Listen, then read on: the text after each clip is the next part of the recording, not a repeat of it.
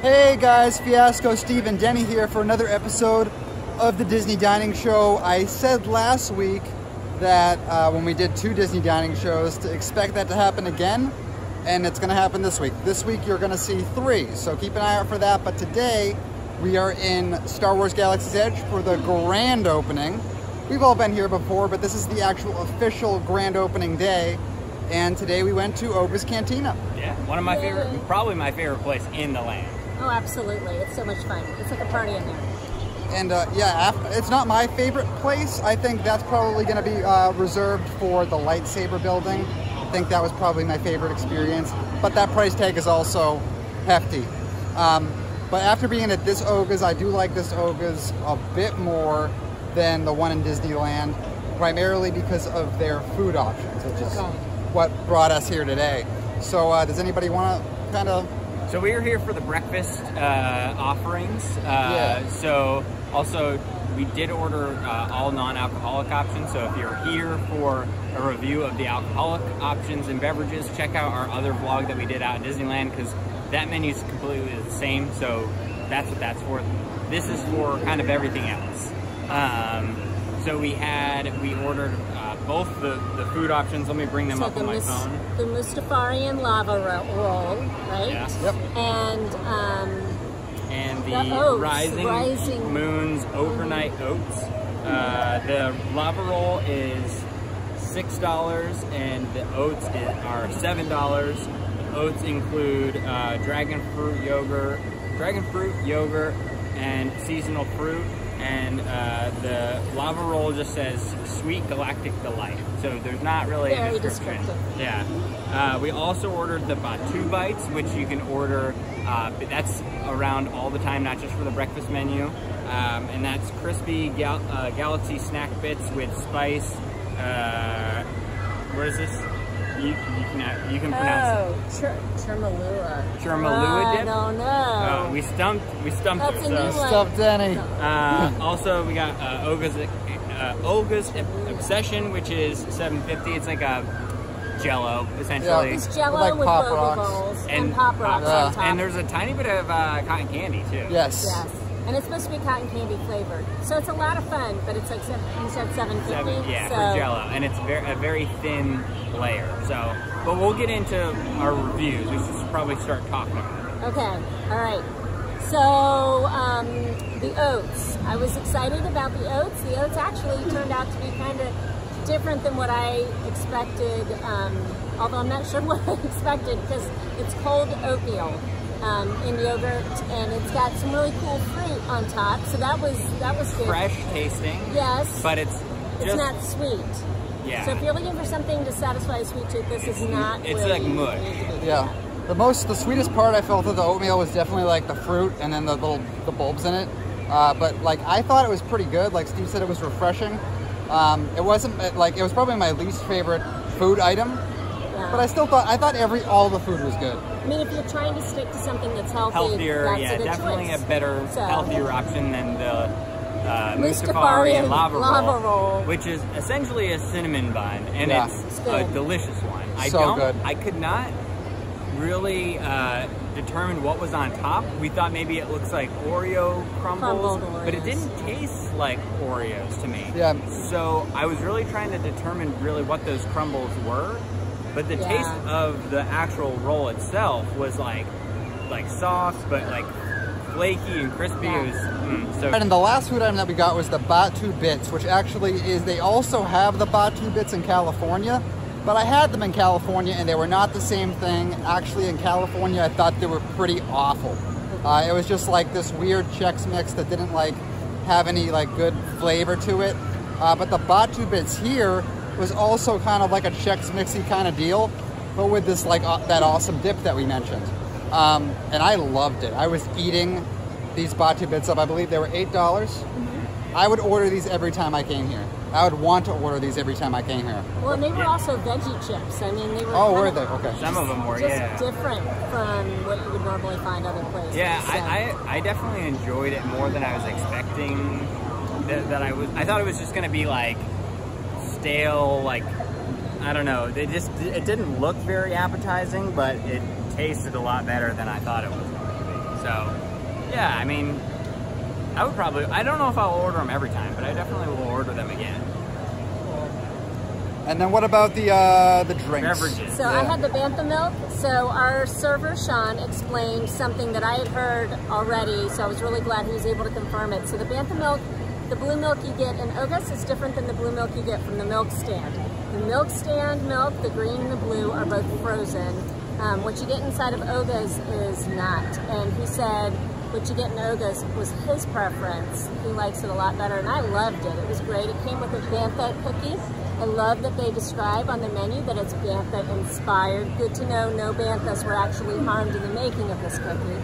But it was really, really good. It was kind of like a Samoa. If you've ever had the Girl Scout Samoa cookies, it was kind of like a Samoa on top of a sugar cookie. So it was a little awkward and not at all graceful to cut and share, but it was still good. It was $13 too. Yeah, so that's kind of pricey. I started off because I didn't really realize that the breakfast menu had separate breakfast drinks right away, which we'll get to that in a second. So I started off with the Carbon Freeze, which is basically a Powerade limeade with wild strawberry, blueberry, and green apple popping pearls. It looked cool. It looked cool. It had a cool effect. Kids will really like it because it's just Powerade, but it's just Powerade. And I don't know why I ordered it. Looking back, it was kind of a stupid decision. Do you regret your decisions? I do regret my decisions. It was just Powerade, and it comes in like a small, very thin glass to allow the effect to happen with the bubbles. There wasn't a lot probably on there. Like 6 ounces of Powerade. Not worth, let me see what it was.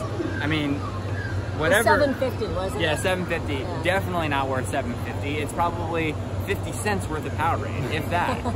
So, but it was cool. I mean, the Powerade's Powerade. I like Powerade. I drank it all, but you know, I can go to CVS and get like 3 bottles of Powerade for $7.50. So I don't know. But CVS is pretty far away from Batu. So. That's true. True. The long galactic flight, I guess. Light years away. But I got the Jabba Juice, right? It's the Jabba Juice. That's a non-alcoholic beverage. It's also the beverage that I got in California. And I would highly recommend that to any non-drinkers, or maybe you're here in the morning, you don't want alcohol first thing in the morning.